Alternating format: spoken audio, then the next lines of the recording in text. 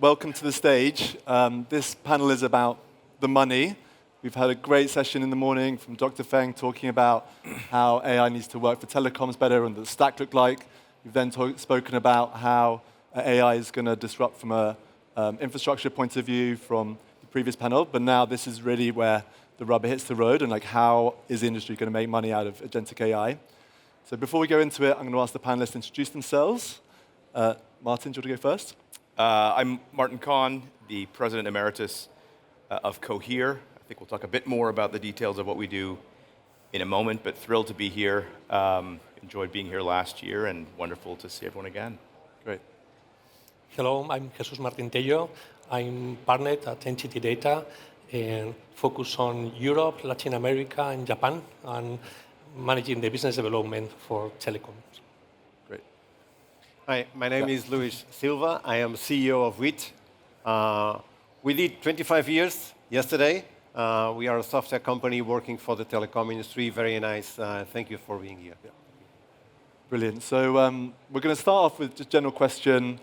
When it comes to agentic AI monetization, like what's the single thing that you think the industry should be most excited about? What is the biggest opportunity for monetization from your perspective? So we'll go again with Martin. Yeah, I think I'll start with some definitional points. I think that's good to start out that way.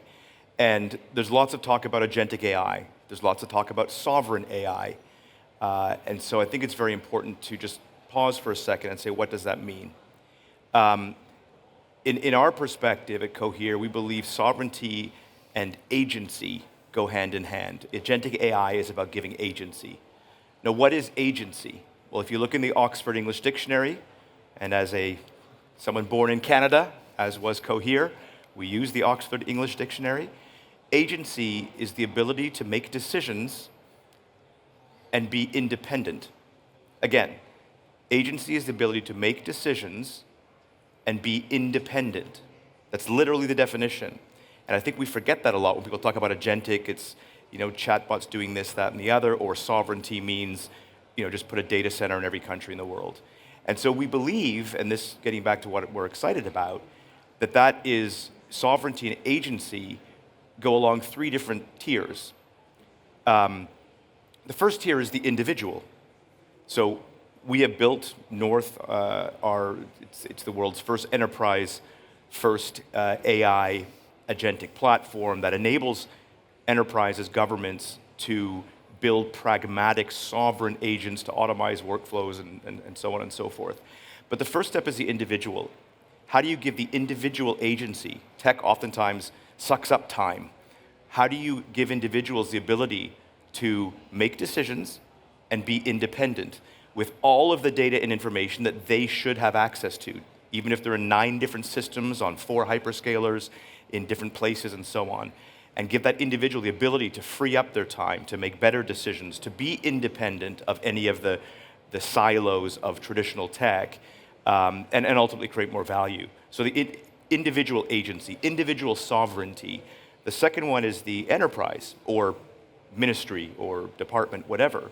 And that is where generic solutions, a generic LLM that's used by everyone in the world, consumer chatbots, APIs, are fine for certain elements, but for your most important capabilities, you want sovereignty, you want agency, you want to be able to keep your data and information where you want it to be. That may not just be in a country, that may be in many countries, but in your own basement, in your data center. 95% of what Cohere does is private deployment. That means on-prem, air-gapped, you keep everything where you want it to be. That also includes VPCs on hyperscalers if that's what you want.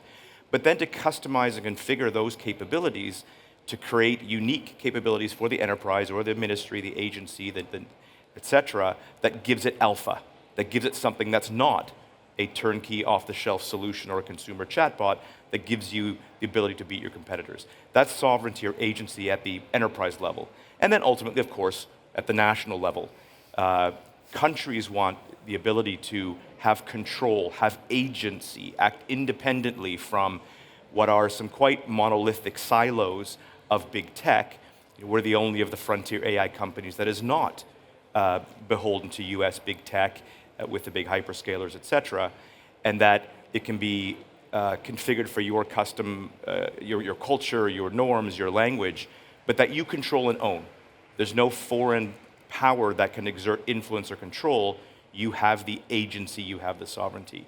So we're excited about the platform that we have developed, and the whole company was built around all three levels of sovereignty and agency that is, I think, a little bit deeper to some of the superficial discussions that go on around we need to build a data center here and let's do agentic AI. Great, thank you.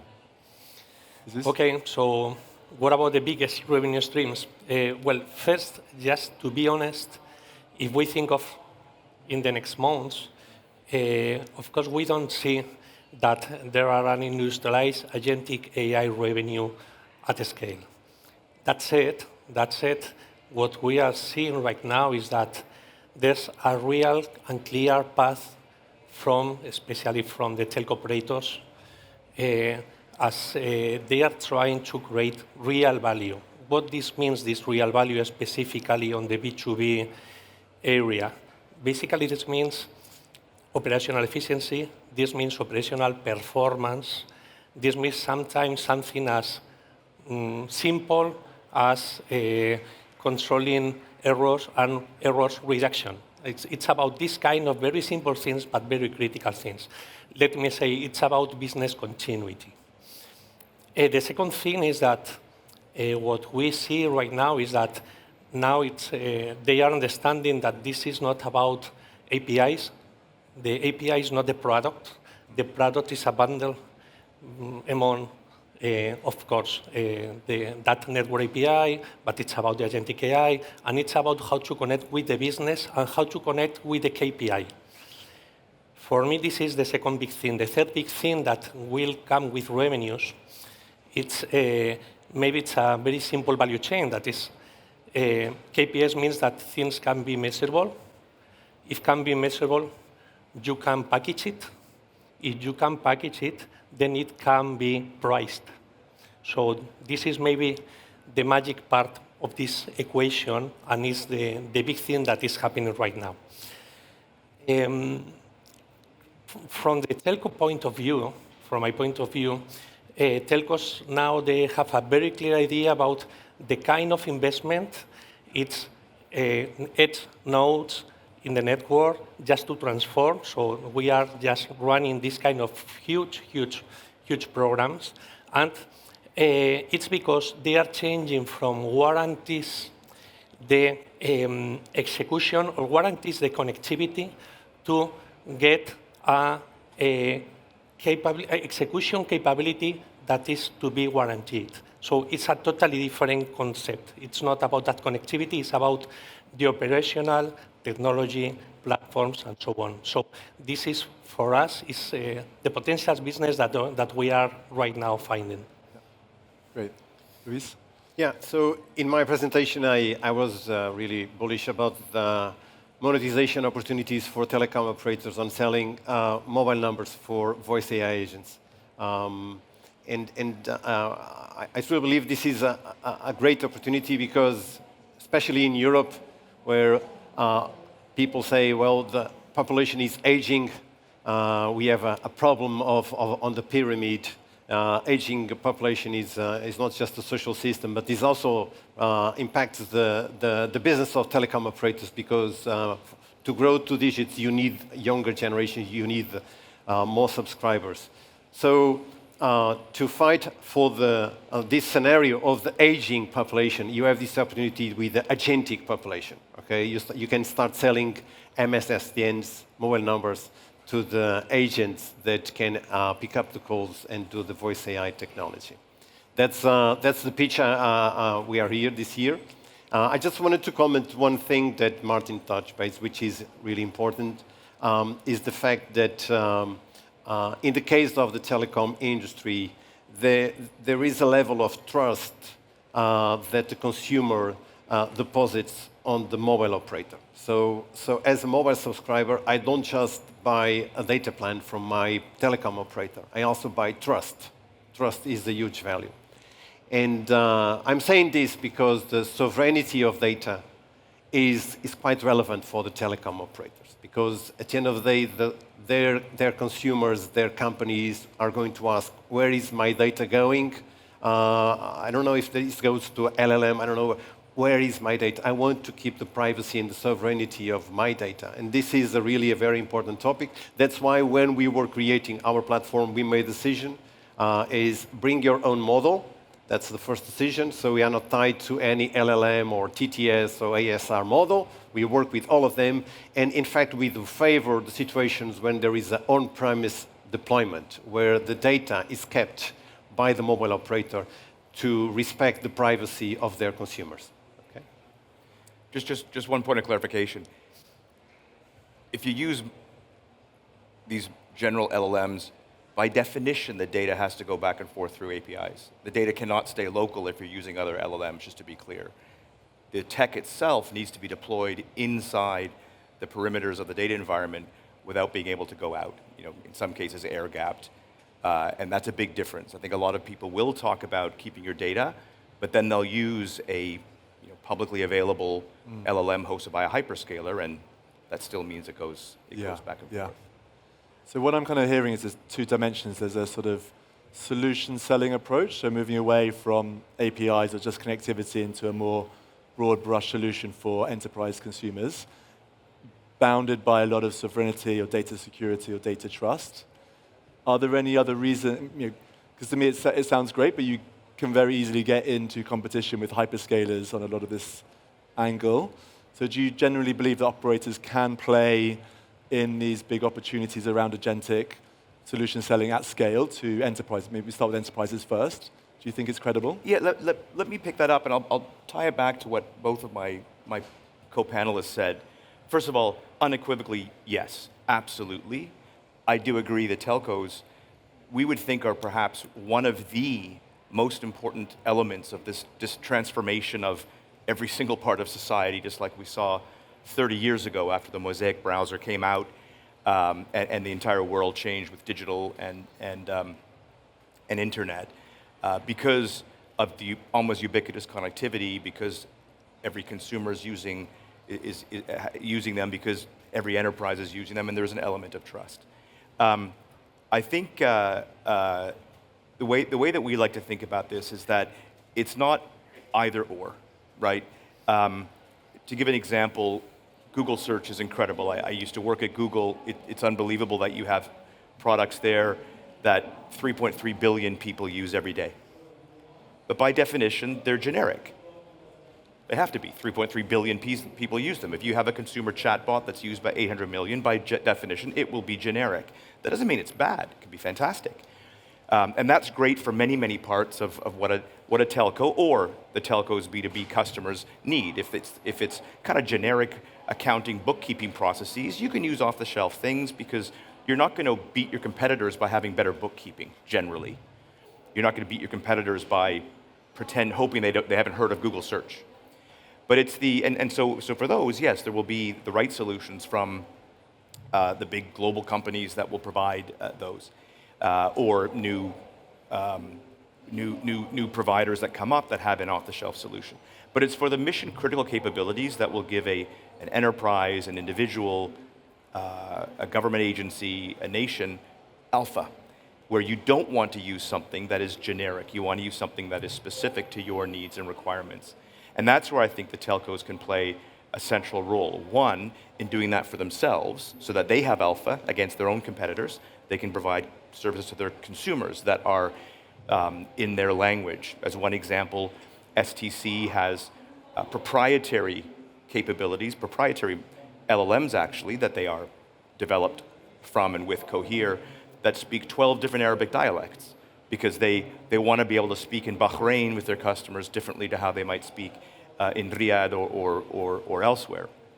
And the second thing is to be able to provide that as a bundle, to their own customers. And there's some great case studies where agentic AI is being deployed at massive scale right now. I just got a text from Dr. Najwa, my good friend at STC. She, like many, was not able to travel here given the terrible situation in the Gulf right now. but she did text me the latest. At STC, where we are deeply partnered, they have deployed the North Agentic AI platform across now 5,500 of their employees. They're now massively scaling it up and rolling it out. But those employees themselves have created 7,500 agents. These are business people and engineers and so on. They're not SWEs, they're not the IT department. They've created 7,500 agents themselves because the platform, the hard work, was deployed in their environment, sovereignly in their data infrastructure. If they need it to stay in KSA, it stays there, but connected to all of their data sources with MCP, being able to take action on all the systems that they use as workers, so they can create what Dr. Najwa calls digital co-workers. Someone was talking about doing my job for me. That's exactly what it is. But everyone can create their own, or a group can do it, or a team can do it. And that's happening today. When I spoke at Doha, they had 3,000. Now they have 7,500 a few months later because they have agency. They have agency, they're independent, they're in control. And then the next step, of course, after doing that to transform their own capabilities internally as customer zero, is to take that to their own enterprise customers. And we're doing that, for example, with Bell in Canada, where Bell is creating a sovereign compute platform and capabilities to work with banks, with insurance companies, healthcare, the public sector, to configure capabilities in agentic platform for them to then deploy with the trust, as you say, of the telco, but also the trust that they're not compromising on frontier AI capabilities. They're not saying, we're going to use Canadian chocolate. Just because it's Canadian does not mean it's good. It's not. You don't want to compromise on the quality of the frontier AI capabilities, but you want it to be sovereign. You want to have agency. You want to have independence. You want that to give you alpha. Right. So, do you think telcos can do this? Well, the very first thing is that maybe it's not where the model can be run. For me, the big question is who can really guarantees the execution, considering some business constraints and considering a real environment, operational environment.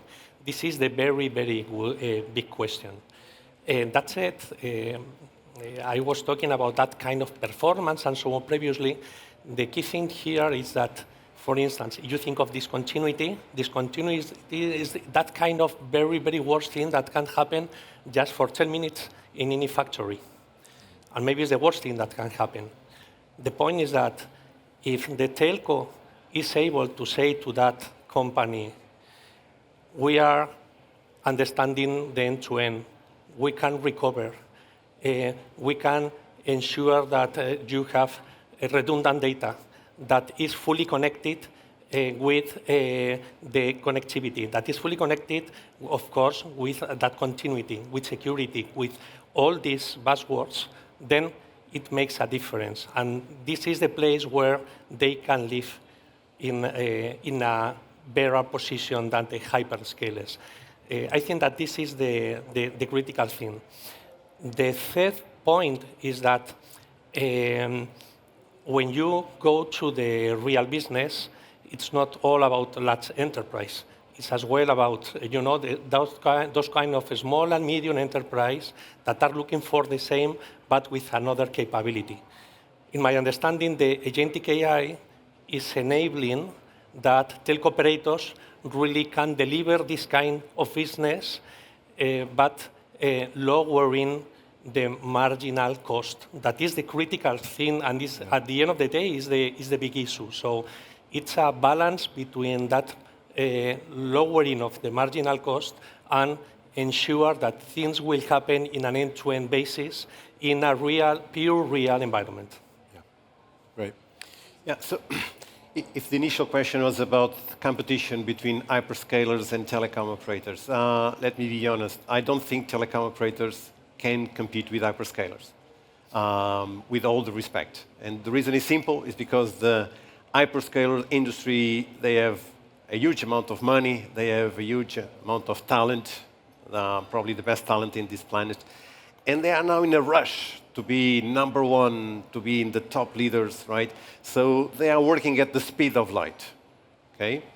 While the telecom industry is already established industry, right? So operators do not need to run. Maybe 20 or 25 years ago they need to run, but not anymore. It's an established industry. So if somehow there is a competition, I'll be honest, I think hyperscalers, they are just fitted by GPUs. They are themselves, okay? They are like GPUs themselves, okay? They are too fast and difficult to compete with. But I don't see a competition today because their business model, in most of the cases, is I have this LLM model, you can have APIs, you can have a chat interface, and I sell tokens. Okay, that's their business model. I sell tokens to you. Okay, while telecom industry is selling a completely different type of service. I sell a communication service to you. You can talk with your friends, you can text your friends, and this is a global network. It's a completely different business model. And on that sense, I think telecom operators. Yesterday, I went to the GSMA website and I saw number of mobile unique subscribers, 5.8 billion. Okay, 5.8 billion. So these are the size of the market, right? So the number of consumers where telecom operators already have a billing relationship with 5.8 billion consumers. It's probably the number one industry in this planet. And so the operators, they go on their own pace because it's a regulated industry, of course, but they have an opportunity to leverage their business models to these existing customers because they are not in a rush to get a lot of more customers. So in a nutshell, I don't think there needs to be a competition between hyperscalers and telecom operators because they are selling different things. But anyway, telecom operators cannot sleep because if they want, they can also start invading some of the services, the communication services of the telecom industry. Yep. That's great. There's two things I'd like to pick up on that are close to what GSMA is doing. So the localization piece and then the connectivity piece. So we are very focused on supporting our operator group build AI models and solutions in local languages. 7,000 languages out there. Most